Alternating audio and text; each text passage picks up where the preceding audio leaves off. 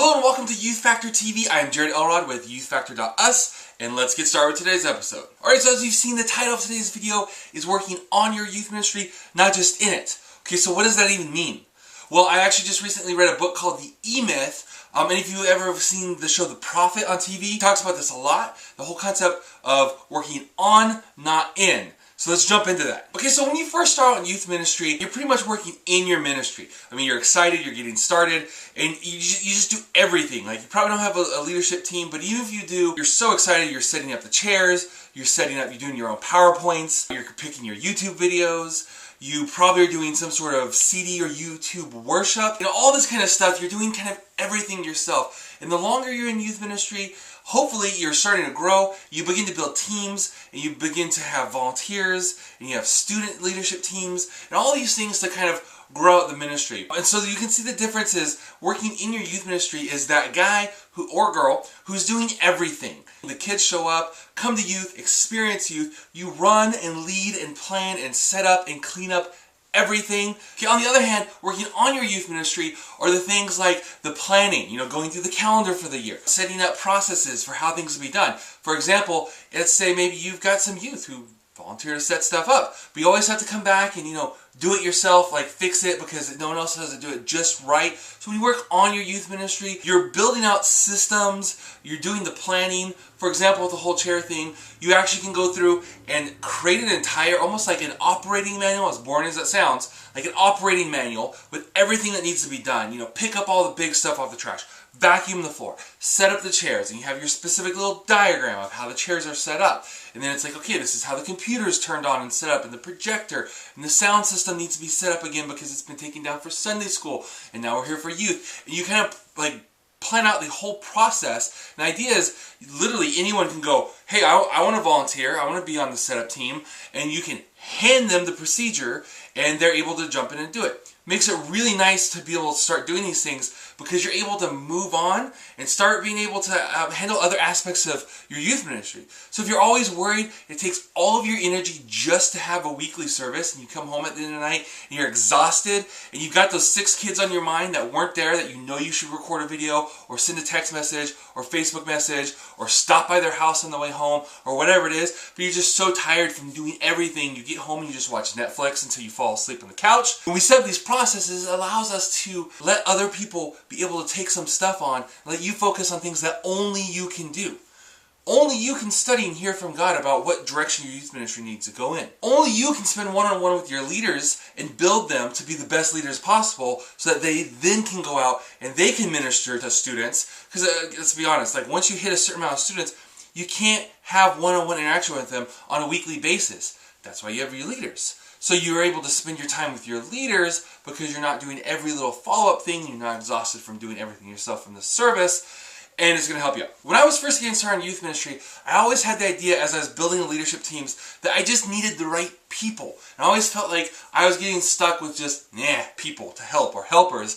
And I just wish that I could get someone who could really get in and take an area over and have the vision and run with it. And while that's not bad, and that's great if you can find that, that's much more rare than the person who's just going to raise their hand and said, you can't tell me what to do, I can help, but the problem is that ends up taking so much of your time managing and saying, no, okay, you gotta do it this way, okay, and just working with them one-on-one, sometimes it feels like it can just be easier to do it yourself. But here's the thing, if you actually create the system and the process and train them how to do it, then they can step in and then, like that, be able to make it work the way you want it every single time. Granted, you can get just these amazing people who come in, for example, hopefully that's what your senior pastor did with you. You came in, he doesn't even think about the youth ministry any more than he has to, and you have the vision and the heart to run with it. You can get leadership and volunteers like that, but it's going to be very rare, and rather than sitting around just wishing and dreaming you had that type of person in your team,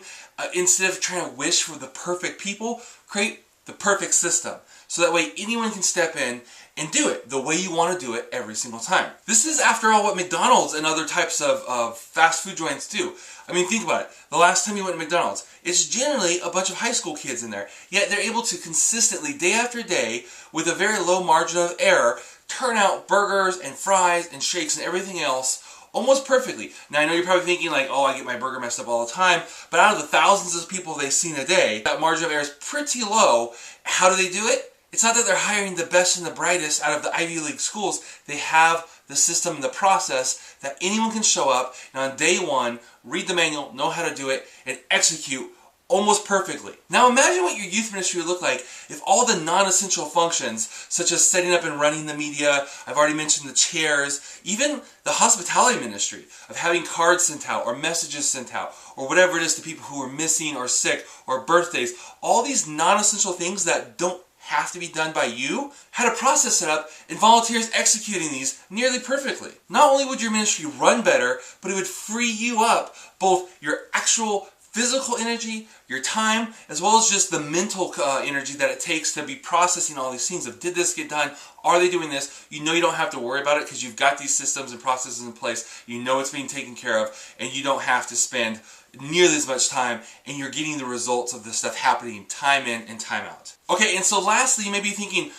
that doesn't sound like fun. I'd rather just show up and play games and open up the Bible and talk about the first thing that comes to me and do everything. I'm a kind of a shoot from the hip kind of guy, off the cuff. I'm spontaneous. This all sounds like too much planning, too much organizing. Here's the thing. You can do that, but you're never going to grow past a certain cap.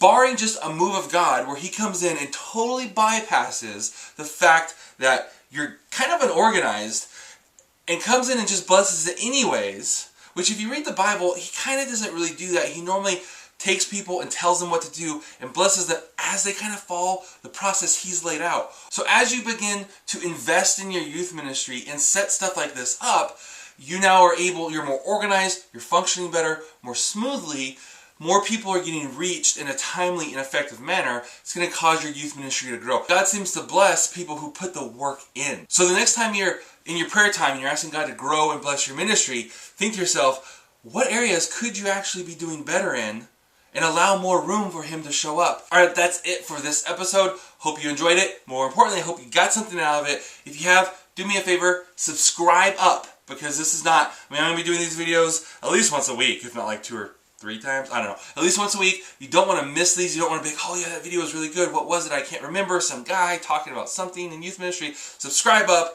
so you can get notifications of new episodes when they come out.